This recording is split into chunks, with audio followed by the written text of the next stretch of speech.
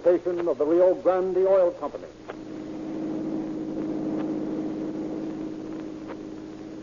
Long Beach Police calling all cars, attention all cars, broadcast 44.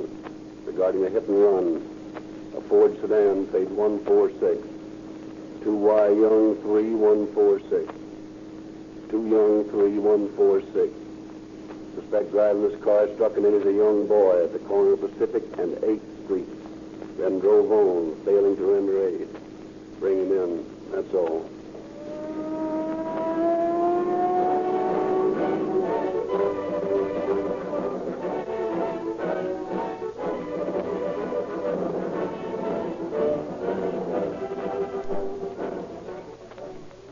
Tonight, I have an important word for boys and girls. Would you like to save a life? Listen to my announcement at the end of this program. I want you to join the Junior Police Department. I want to give you a real metal police badge and assign you to the work of saving lives. Be sure to listen. Every motorist has experienced narrow escapes. You've seen accidents happen to others where reserve power could have averted a crash and saved a life. That's why it's so important for you to have police car performance in your own car. With Rio Grande cracked gasoline in your tank, you can save seconds in emergency. You have power to spare, acceleration that snaps you out of danger. Police cars use Rio Grande cracked gasoline to save precious seconds. You should use cracked because it costs you no more, yet gives you extra power and speed for emergency.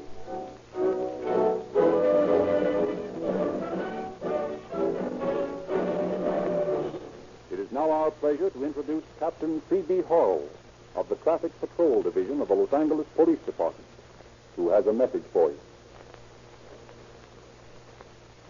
Good evening, friends. The greatest traffic accident crusade in the history of the United States is now in progress. In 44 states of the Union and in the District of Columbia, police officers are pledged to concentrate their efforts toward wiping out every possible carelessness and recklessness on the part of the driving public. Police chiefs of California and Arizona are pledged to make the Southwest the white spot of traffic accidents. This is by no means a simple or easy task. Every one of you within the sound of my voice must help. The statistics of traffic fatalities in the past year make dour and foolish reading. Consider just one of them. In 1933, the horribly bloody total of 17,200 men, women, and children met their death through the carelessness of drivers who failed to observe the elementary rules which every candidate for a driver's license is required to know. But statistics of thousands of deaths may still fail to impress. So tonight we ask you to listen to the story of just one, the true tale of one member of that foolish company of innocent victims of the automobilist's selfish carelessness. Thank you, Captain Hall.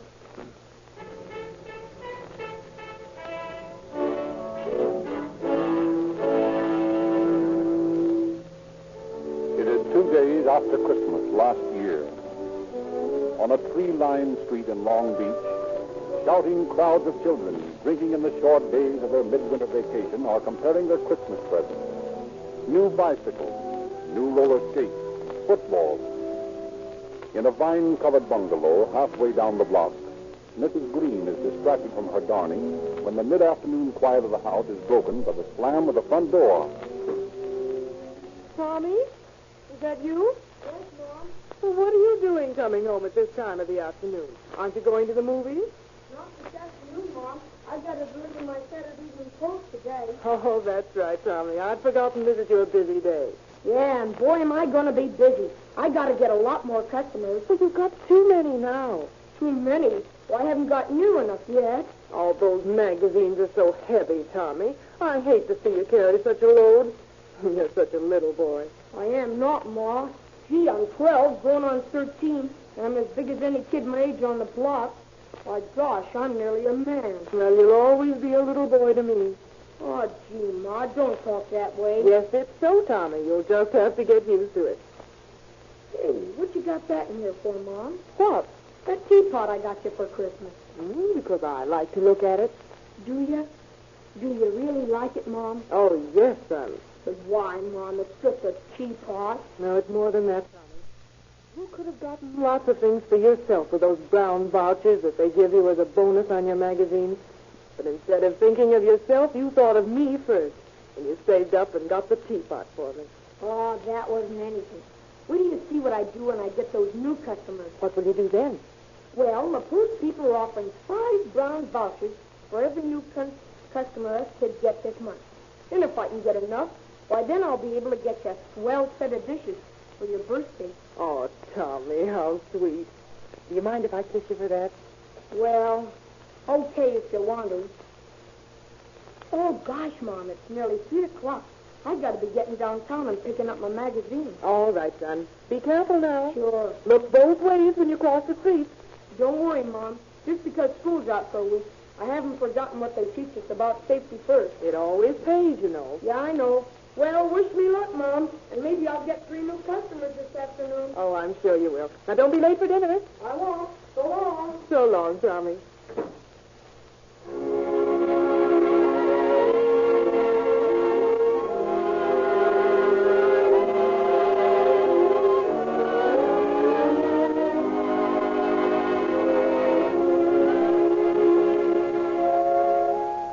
Tommy delivers his magazine that sunny afternoon and is quite successful in getting new customers. His pockets jingling with coins and his thoughts on the brown vouchers he will get toward his mother's set of dishes, he starts for home. At the corner of 8th Street and Pacific Avenue, he carefully looks both ways, and sure that the street is clear, he starts across.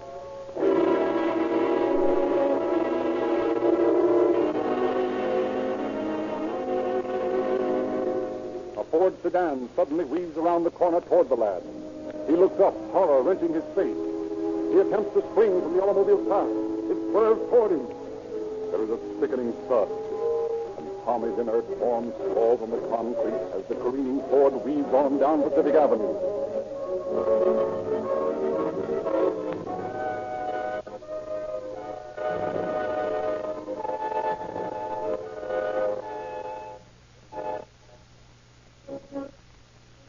And we see the impact. Have seen Tommy lying on the street and seen the unsteady driver streaking down the avenue. They turn their car and speed after him. 10 blocks away, they overtake him. Here's a clear spot, Stan. Run him into the curb. Okay. And if he doesn't stop, wreck his damn car, the dirty... Hey, you, get over there. What is the matter? Get over there, run into you. Give it to him, Stan. Hey, what's the big idea? You know the wreck? Yeah, it would have been a good thing if we had. What's the big idea you hitting that kid back there? What's it? I don't know what you're talking about. The devil you don't. We saw you hit that kid on Pacific Avenue.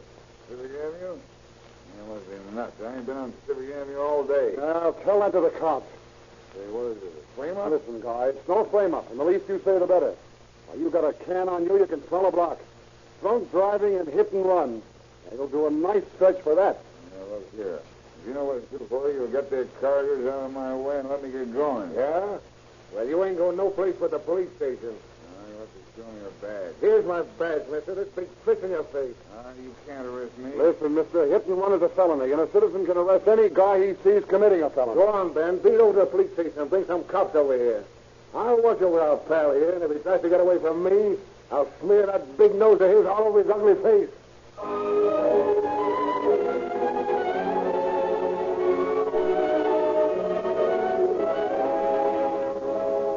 While police are taking the hit-and-run driver into custody, a passing motorist has carried Tommy from the street to a nearby lawn and called the ambulance.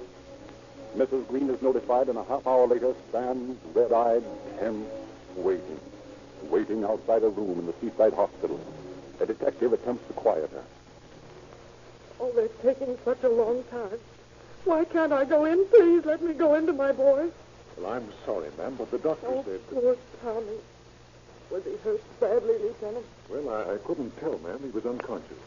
Was he bleeding? Oh, no, ma'am. He was just scratched a bit from what I could Oh, tell. why doesn't someone come out of that room? I can't stand this. I can't. Quiet, ma'am, quiet. Wait a minute. Here comes someone now. Oh, doctor. Is he all right? Doctor! I'm sorry, Mrs. Green. Oh. Here, Lieutenant. Help me get into this chair. Nurse, bring me some spirits of ammonia. So now it's murder. Fractured skull. Poor kid. Here's pneumonia, sir. Thank you. Well, I'll have to take his clothes into headquarters, Doctor. May prove valuable evidence. Close. Yes, sir. Yeah. Now, she's coming around. Breathe deeply, Mrs. Green. Oh, I must have fainted. It's silly. That's all right, Mrs. Green. Now, just sit here quietly. May I see him, Doctor? Yes, in a few moments. Did he suffer, Doctor? No. He never regained consciousness. Oh, that's nice. I'm glad he didn't suffer. Here are his things, Lieutenant. Thank you. Why, those are Tommy's clothes. What are you going to do with them, Lieutenant? Well, I'll have to take them to headquarters, ma'am. No. That's his new sweater. I gave it to him for Christmas.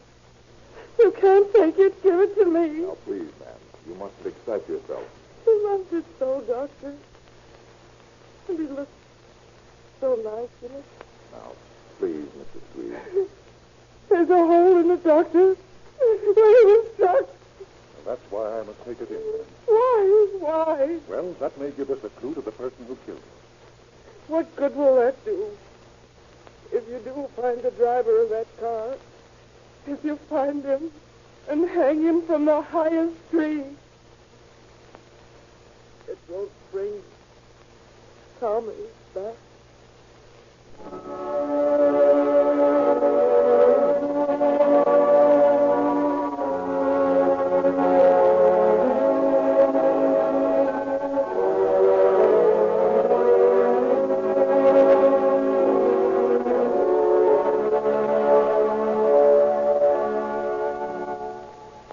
Late the same evening, Detectives Guthrow and Lenz, who have been assigned to investigate the case, inspect the murder car at the garage, where it has been impounded. There's no doubt about this being the car. Look at the way that headlight's bent. Yep, bent up and to the left. And look at that dent on the radiator. That was made by that poor kid's head. Yeah, must have been doing 40. Hit him hard enough to make the radiator leak, too. You know, Len, I'd like to see him swing for this. Yeah, so would I. But we're far from getting a case yet. You know that, don't you? Yeah, with no witness to the actual accident, it's going to be hard to convict him. As a matter of fact, we haven't been up so far to get the DA to issue a warrant. If we could only find... Wait a minute. What? Hey, look here. What is it? See where these radiator pins are bent? Yeah. Well, look closely. Here, wait till I throw my flashlight on it. There. See? Several green fibers from the kid's green sweater. Well, that would be my guess. Now we've got something to go on. Hey, where's that mechanic? Hey, you. Yes, sir? I'm sending a man over to photograph this car. Yes, sir. After he's through, I want you to take that radiator off and send it to me at headquarters. Okay. And don't wipe it off. Don't handle it any more than you have to. Understand? Yes, sir. All right, Lenz, let's go. Now we've got something to talk to this driver about.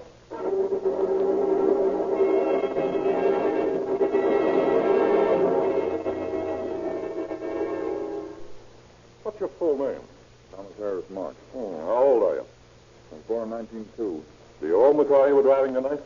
Well, it's my wife's and my name together. What kind of a car is it? Ford sedan, 1929. You know the license number? No, I don't. But you do admit the ownership of the car that you were driving tonight, that Ford sedan you were in when you were arrested. I told you my wife and I own it together. Well, this is the car you were driving when you hit that boy at Pacific and 8th. I was on Pacific tonight. What street did you drive on? I drove on Cedar Avenue. You deny driving on Pacific Avenue? Yes. Well, how fast were you driving on Cedar Avenue? About 15 or 20 miles, I guess. What were the condition of the lights? By lights, I mean the street lights. Dark.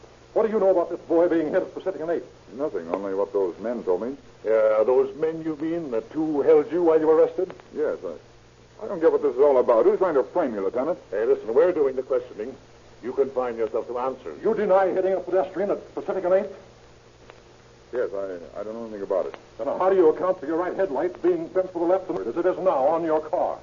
Oh, that's easy. I bumped my car into a garage door when I was up to a cabin in the mountains 2 weeks ago. Just bent the head, bumping into a door, huh? Yeah, that's all. But your radiator's leaking, too, and the dust is rubbed off where you hit that kid tonight. His head dented that radiator shell. You can't accuse me like this. I'm telling you the truth. I don't know anything about it. You didn't know anything about the leaking radiator, eh? No, my wife had the car yesterday. Maybe it sprung a leak then. Radiators can spring leaks any time. Had you been drinking this afternoon? No. Well, now, here's a report of the doctor who gave you the sobriety test when you were brought in. Huh? Well, he reports that you were intoxicated. Stop beating around the bush, Marks. How much did you have to drink? Well, I did have an ounce glass of whiskey. An ounce glass of whiskey, eh? You don't handle your liquor very well, then, Marks. Why did you hit that boy and then drive on? I don't know anything about it. That boy wore a green sweater. There are green woolen fibers caught in your radiator. How do you account for that? Green woolen fibers in my radiator. That's strange. Yeah, isn't it? But I can explain that. You can, huh? Yeah. Well, it might be interesting to hear your explanation. Suppose you tell us. The fellow who lives next door to me is a yarn salesman.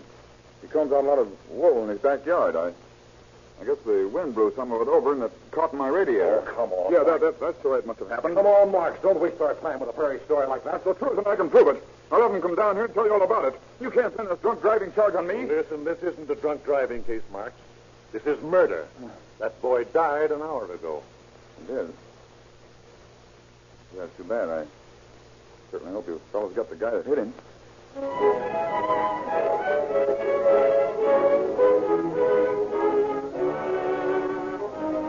The case of the police against Marks is far from complete. When the coroner's inquest is held 2 days later, Marks refuses to testify. The coroner's jury returns a verdict of accidental death as the result of being hit by a Ford sedan, but is unable to name Marks as the driver of the death car.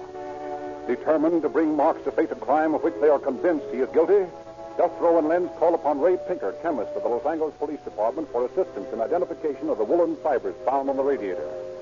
Burdened down with the radiator and Tommy's clothes, they interview Pinker in the Los Angeles Central Police Headquarters. Here's the radiator, Pinker. You can see the fibers and pins in those bent radiator fins. Oh, yes. And here's the boy's sweater. This tear was made by impact with the car. There's no doubt about this bird being guilty, but he's trying to alibi those fibers by claiming that they blew over from a neighbor's yard and caught in the radiator. These fibers didn't catch in the radiator. They've been held there by these bent fins. Quite right. There's no question in our mind about the defendant's guilt. But we haven't got a case unless you can assure us that these fibers match the wool in the sweater. No one witnessed the actual accident, you see. Mm-hmm. Well, let me take one of those fibers out of the radiator with these forceps. Now, I place it on this glass slide. Now, will you hand me the sweater, please? Yeah, here you are. Oh, you say this tear is where the boy was hit? Yes. All right. I'll take a fiber out of the yarn at the tear and put it to the right of the other one. Now, we'll put a slide over that and see what the microscope has to say. Well, how about it? They're similar. Same color. Same yarn, I should say. Will you testify to that on the stand? Yes. Of course, there's no way of determining that the two fibers are identical. But their similarity, added to the fact that the fibers are securely caught in the fins that have been apparently flattened by some impact, should furnish a conclusive case for you, and I... wait a minute. What? Let me see that sweater. Oh. Notice that smudge near the tear? Yeah. Just a minute. I want to try a reagent on that. I'll take a bit of that dark stuff and place it in the test tube here. Now, we'll just pour this acid on it. There we are.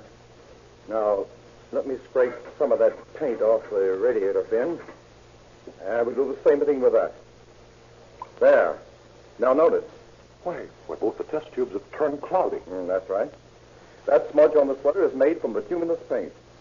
That's what causes the cloudy appearance of the test tube.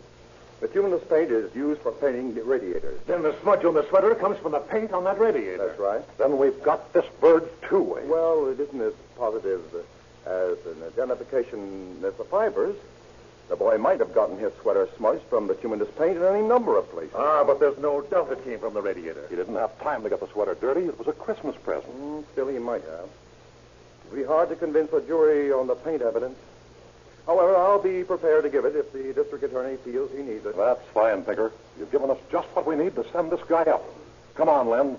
Let's go back to Long Beach and get the DA to swear out a complaint against Marks for murder.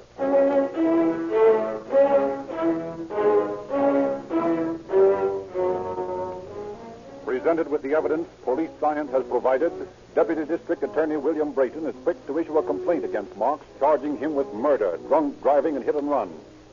On January 4th, he is held to answer on all 3 charges, and his bail is set at $10,000. On February 26th, Marks goes on trial in Department A of the Superior Court. After several days of testimony, the defense introduces its star witness. You promise to tell the truth, the whole truth, and nothing but the truth to help you God? I do.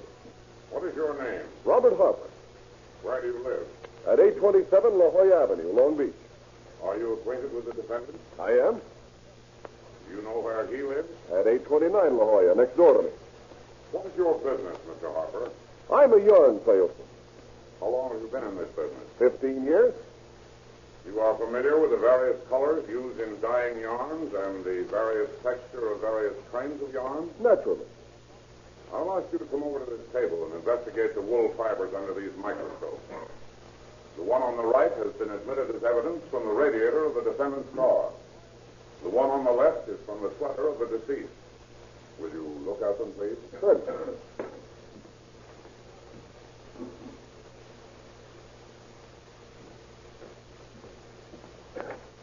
You have investigated the 2 exhibits, Mr. Harper? Yes? In your opinion, are they identical? No, they are not. Tell the jury why they are not. Well, they aren't the same color. They might be the same texture, but they've been dyed by different dyes. Thank you, Mr. Harper. Now, if the court please, I would like to introduce into evidence this skein of green yarn. Your Honor, I object. The counsel for the defense has not established any reason for this new evidence. Objection sustained. Mr. Harper, in your profession of yarn salesman, is it ever necessary for you to handle the yarn in any manner? Yes? Will you tell the jury how you handle it? Well, very often it's necessary for me to comb out the yarn and to rewind the skein. And where do you do this? Well, my wife makes me do it out in the backyard because it gets the house all dirtied up with lint and fibers. You know how women are. You can't do a thing with them when they... Order. Oh. Thank you, Mr. Harper. If the court please, I will seek to establish the identity of the yarn found on my client's radiator. For that purpose, I would like to enter this skein of green yarn into evidence. I hope I have established my reasons sufficiently for the benefit of my worthy colleague of the prosecution. You may enter the evidence. I thank you, Your Honor. Now, Mr. Harper, do you recognize this skein of yarn? Yes, it's one of my stock. Have you ever had occasion to comb this yarn? Yes? When? The 26th of December. Was that the day of the accident concerned in this case? No, it was the day before. And was there a wind blowing that day? Yes, I believe there was. Mr. Harper, I'm going to take a fiber of this yarn and place it under this microscope. That is, I will substitute it for the fiber taken from the sweater of young Thomas Green. Now, Mr. Harper, will you kindly step this way and inspect these 2 microscopes?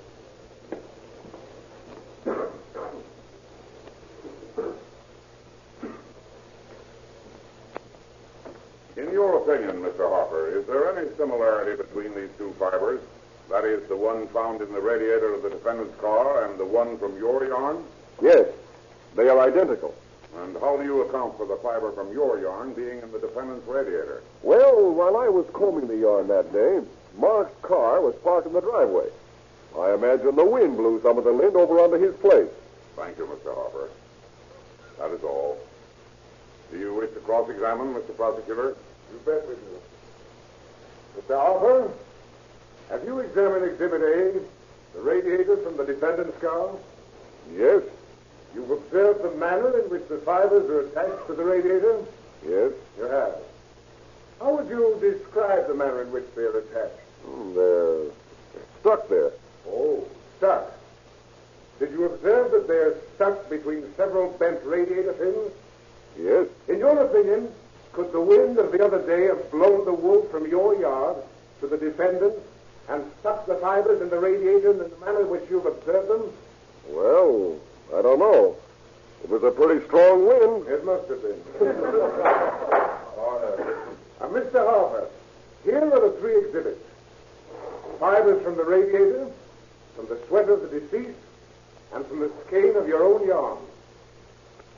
Now, I'm going to place two of these exhibits under the microscope. There. Will you please inspect these two exhibits? Your Honor, I object. The prosecuting attorney is tricking the witness. Your Honor, my learned colleague of the defense has himself established the witness as an expert on yarns. I am merely asking for an expert opinion on the exhibits, in the same manner as defense counsel has done, excepting that I am not leading the witness. Objection overruled. Proceed. Now, Mr. Harper, will you step down here, please, and examine these exhibits?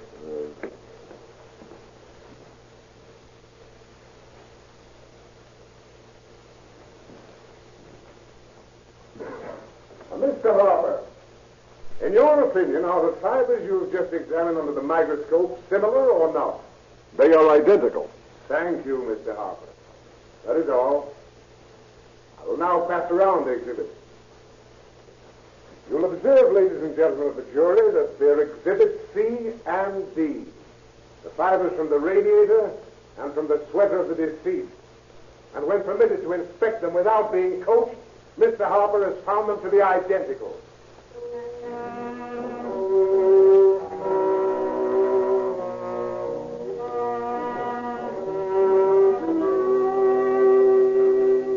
On March 5th, the case of the state versus Thomas Marks is given to the jury, and 2 hours later they return a verdict of guilty on all three counts.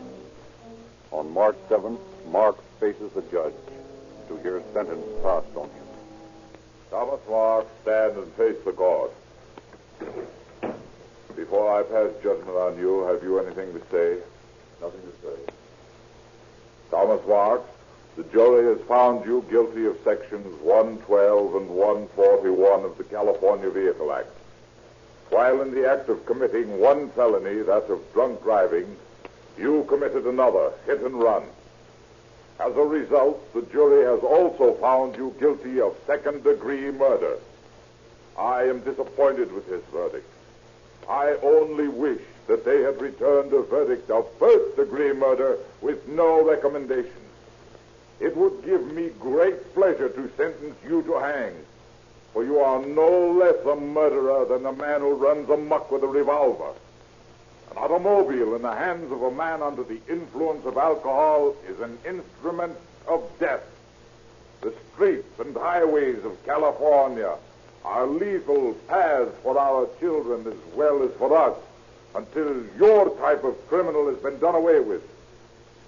The verdict of the jury constrains me from giving the sentence I feel you deserve and compels me to pass a much too light judgment on you. That cannot be helped now. Therefore, Thomas Marks, I hereby sentence you to serve from 5 years to life in San Quentin Penitentiary.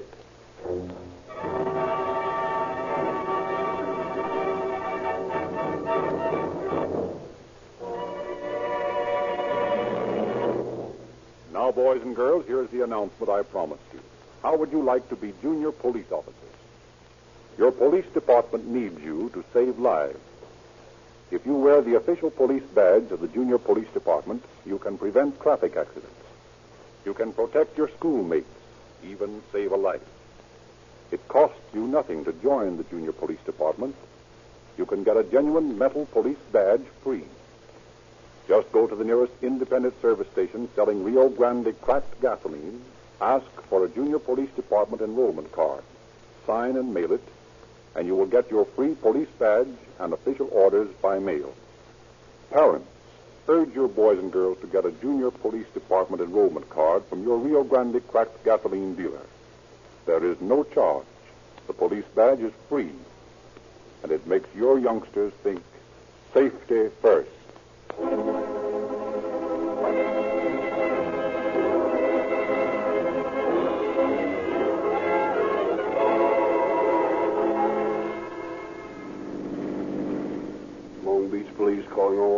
cars. Attention all cars. Cancellation broadcast 44 regarding a hit and run.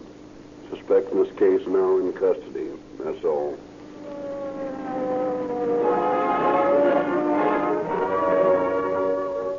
Calling All Cars is based on confidential police files and is written and produced by William N Robson.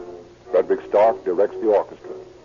This is Frederick Lindsley saying good night for the Rio Grande Oil Company.